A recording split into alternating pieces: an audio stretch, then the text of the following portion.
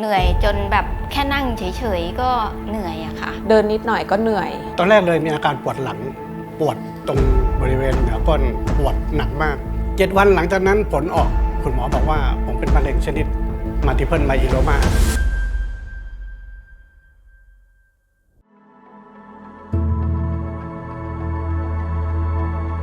วิธีการทราบโรคเนี้ยมันมีอยู่2 อย่างค่ะคืออย่างแรกเลยคือคนไข้เกิดอาการก่อนแล้วถึงจะไปตรวจแล้วเจอโรคกับอีกวิธีนึงคือคัดกรองแล้วเจอโรคอะไรเงี้ยค่ะซึ่งไอเดียเลยคือเราแบบอยากคัดกรองแล้วเจอเนาะแต่ว่าส่วนใหญ่ละเรามักจะแบบมีอาการไปก่อนแล้วถึงจะไปตรวจเจอส่วนอีกวิธีนึงคือการตรวจคัดกรองโปรตีนอันนี้คือแบบเป็นสิ่งที่เราอยากทำได้มากๆอะไรเงี้ยค่ะก็คือไปตรวจเลยว่าโปรตีนสูงไหมไอโปรตีนที่ก่อโรคสูงไหม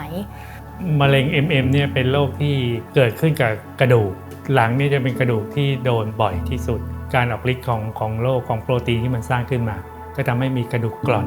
แล้วก็ทำให้มีอาการปวดกระดูกแล้วก็กระดูกหักง่ายก็จะมีอย่างอื่นประกอบด้วยเช่นซีดเพราะว่าโลหิตจางหรือว่ามีภาวะไตวายร่วมด้วย MM เนี่ยส่วนใหญ่เรา 90% เนี่ยเจอในคนที่อายุมากกว่า 40 ปีขึ้นไปนะครับแล้วก็สำรวจข้อมูลของคนไข้เราเนี่ยอายุที่เจอมากที่สุดเนี่ย 50-60 ปี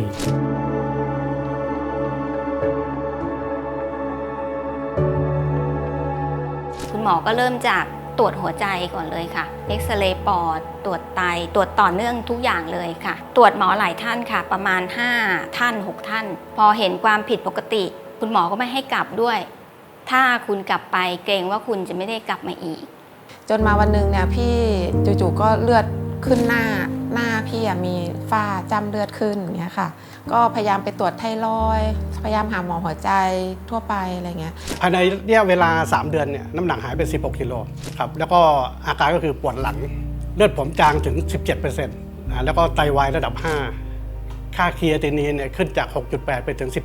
12.5 ค่าการกรองของไตเนี่ยก็เป็น0คุณหมอก็เลยตัดสินใจเจาะไขกระดูกเพราะว่าผลเลือดไม่บ่งบอก7 วันหลังจากนั้นผลออกคุณหมอบอกว่าผมเป็นมะเร็งชนิดมัลติเพิลไมโลมา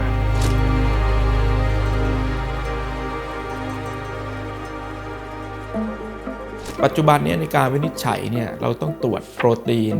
ตรวจเลือดนะครับเพื่อดูโปรตีนผิดปกติการตรวจทางรังสีเช่นเอ็กซเรย์คอมพิวเตอร์หรือเอ็กซเรย์แม่เหล็กไฟฟ้านะครับการตรวจไขกระดูกนะครับซึ่งการตรวจทั้งหมดเนี่ยเพื่อช่วยในการวินิจฉัยโรคอย่างละเอียดครับรวมไปถึงการรักษาที่มีมาอยู่แล้วแต่ก็ยังมีความสำคัญอยู่การรักษาก็คือการรักษาด้วยการปลูกถ่ายเซลล์ต้นกำเนิด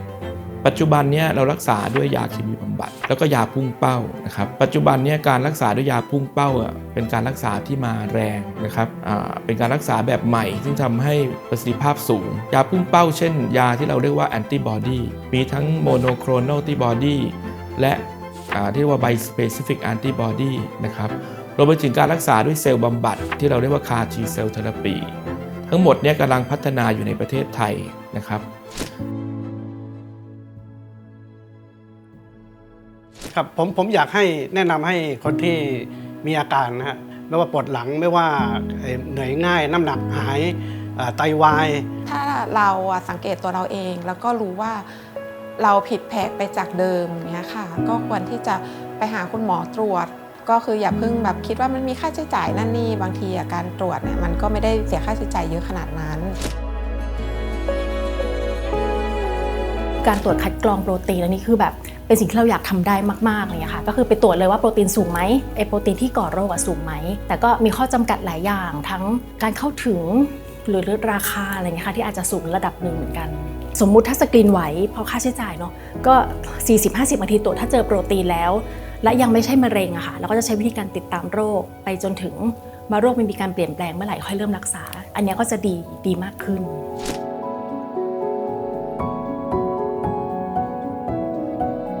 การที่เรารักษาอย่างรวดเร็วจะทำให้ผลข้างเคียงของโรคเหล่านี้นะฮะหรืออาการต่างๆเหล่านี้นั้นมีไม่มากนักทำให้ผู้ป่วยนั้นฟื้นตัวได้รวดเร็วแต่ถ้าเกิดเราทิ้งการรักษาไว้ก็อาจจะทำให้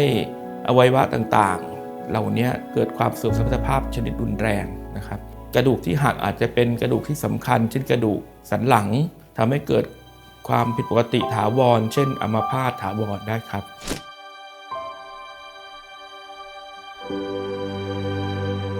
ฝ ส่วนคนที่เป็นแล้วอะไรเงี้ยตอนนี้กำลังอยู่ในช่วงที่ยากลำบากในการรักษาก็อยากจะเป็นกำลังใจให้ เพราะว่า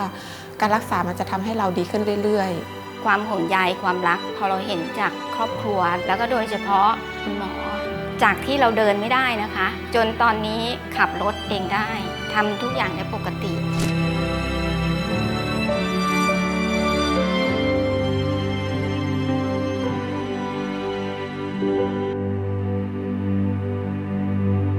เป็นโรคนี้ไม่ต้องหมดหวังครับรักษาได้แล้วก็รักษาได้ทุกที่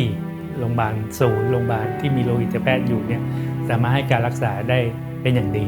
มาติดตามการรักษาอยู่เป็นสม่ำเสมอนะครับก็จะทำให้การรักษาเนี่ยดีขึ้น